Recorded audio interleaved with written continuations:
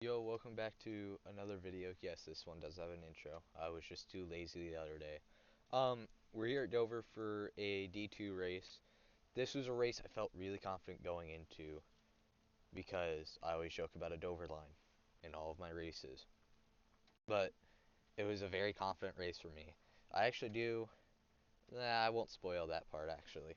But if you guys enjoy the video, like it, subscribe, all that, and let's get into it. Alright, so now we're to the race now. We're at Dover, like had just said previously. And I start on the pole because of qualifying. I'm great at qualifying. And I have my teammate, team owner, on the outside. 97 is finally here for once. He hasn't been here like all season, it's felt like. But he is finally here. Dylan gets up to the front right away. The 11's behind me. I'm in P2. Um, and luckily, with Dover here, you have to actually break and like have a line. So I feel really confident about this race. Already in that lap, even though I fell behind from Dylan right away, I caught right back up. And I got to the back of him. He checked me up, which checked the 11 up, which checked the 97 up. The 11 actually got to the inside here, and I don't get a crazy good run. I always joke about having a Dover line literally everywhere, but I didn't have a crazy good Dover line most of the time. Me and the 11, we're still fighting for position.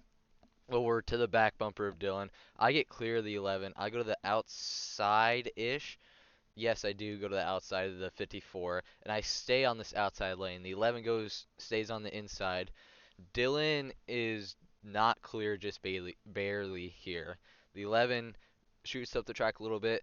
I see a tiny opening. I go for it, power move, and I get past the 11. I shoot the 54 up the track, and I get to the inside. And now me and him are basically tied. I had the better line into the corner. I have to check up a lot because I about got turned right into the wall. And it works really, really, really well for me. I just have to block the 54 and the 11 and then the 97 as well through these next couple laps. And I'm feeling very comfortable here. I do hit the wall, but the 54 also hits the wall. We go into this corner, and this is where I get ahead. The 11 gets into the 54, but the 54 is super slow. He tries getting a little bit of a run, but it doesn't really work. So we're going to skip here to lap 11, and you see the caution right there. Soaring went soaring, as we said in the race. But look at the gap. I am so far from everyone else. It's it was a lot more than I was expecting. It was 1.6 as you can see on the leaderboard, but yeah, I felt really confident about this race and you could see it happening. So, that's the first caution of the race and trust me, there are a lot more to come. We do another restart here, me pretty much the exact same starting positions as the race. What does suck about this track is we have to kind of go to the bottom. I pushed 54 out the track, and he somehow gets on top of my car. We are not sure how this happened, but it happened. Caution does wave, luckily for us. Otherwise, that would have been a possible disaster in the making for our Doge team. But at this point, we're just trying to get back to the line, and we're just kind of chilling in the back now. So now we go to this next restart. We're still double file. Trust me, it's not going to last very long. I'm this restart, I kind of figure out what could I do to possibly get a better restart. But ahead of me, they're wrecking again. We go 4, and they're still wrecking. The 11 flips for no reason. I somehow get underneath the 1 again. The 27 spins, and there's only 4 of us left. Another caution flies. I told you there'd be a lot of cautions. So we race back to the line. I'm looking back to see if anyone's even alive behind me.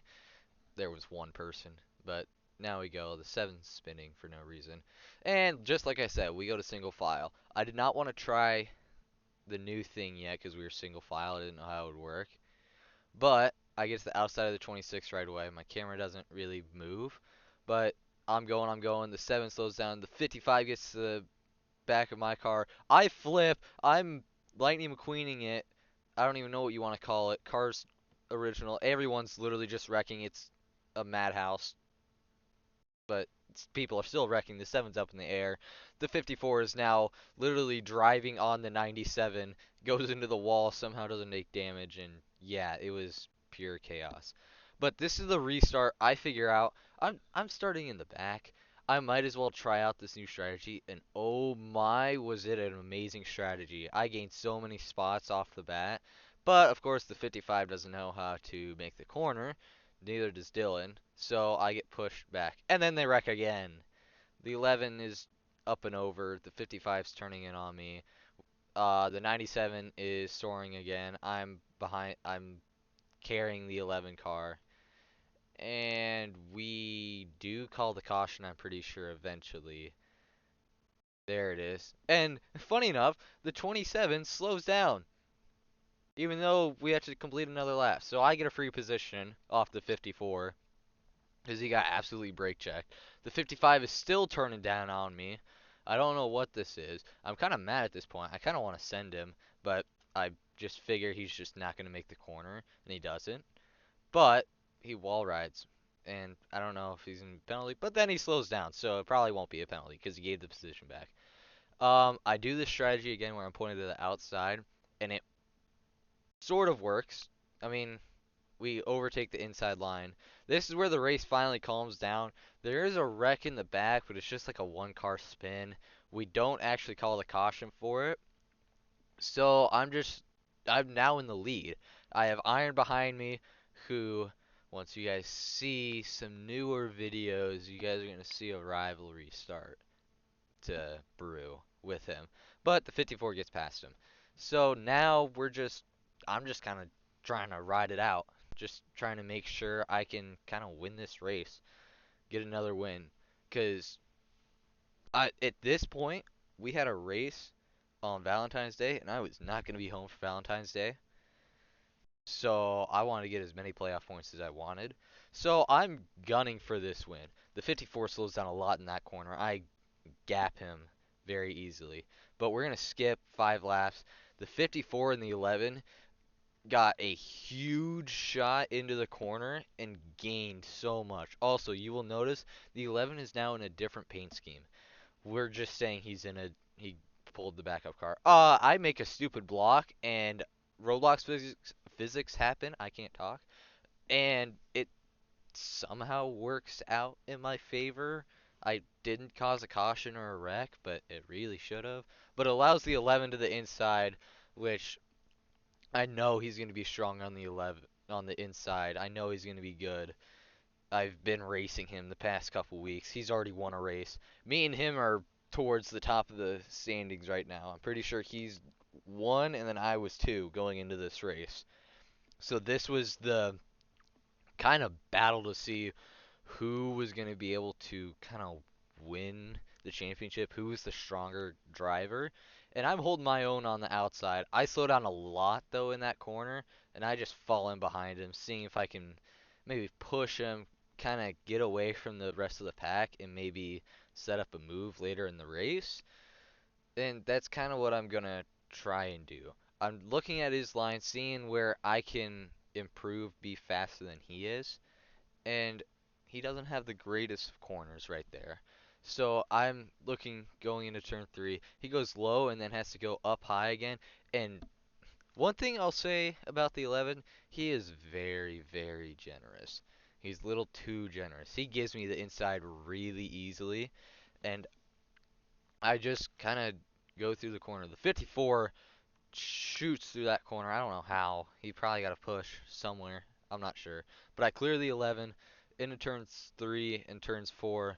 I'm kind of gaining my lead, but he has a much better exit than I do. So I'm kind of trying to block him, but also defend the inside here because I know that's where he wants to go. I'm trying to give him his least amount of options, make him go off his line, but he's able to bump me and move me up the track, get to the inside line. And this is where I kind of realize, oh, this might not end well for me. I might not win this race. I check up a lot, seeing if I can maybe cross him over or get a better exit, but it doesn't really happen. I'm just sitting behind him again. I do make a move to the inside. He does sort of cut me off. We're not sure why he touched. It was invisible hitbox. But I do get to the inside briefly. He might have been able to clear for a split second, but he decides not to. I'm on the inside again, but he holds his own in this corner. He doesn't like super give up the inside, but he does run up the track into the wall, and that gives me even more of a bigger lead into the corner. And I know, just like I've been saying the past couple laps, he wants to get to that inside line. I see him going, and I'm defending that inside. There's another moment we don't even touch on our screens, and yet I somehow get spun around. But I go to the way high side, hoping to get a good run, but I just barely get into the wall, and he slid it up to the inside. So I'm trying to look, see if I can get there. The 54 is now back in the picture, just barely. But he's going to be able to draft through these back stretch, front stretch, all that, and he's just going to continuously catch. So now I have him to worry about, and I have to catch this 11 car. I'm trying as much as I can. I've been able to do it the past 5, 10 laps, so I feel confident I can get past him. I think about doing a bump and run there, but I back off and don't hit him. But I do get a nice run out of the corner. I go to the inside. Another Roblox physics moment happens. But we go into the corner, and then Dylan gets to the inside. We have more Roblox moments happen. But now he's up to the inside of the 11. I'm trying to see, okay, is he going to clear out the 11? I go to the inside and tag the 54, and that's what ruins this race. I'm behind Dylan for the rest of this race, really. I do get past him here 2 laps later. I do set up a move. He runs way up the track, so I just stay on the bottom and I get past him. But I look for the 11 now. I am completely gunning to go and catch him. I go through turns 1 and 2, 7 to go.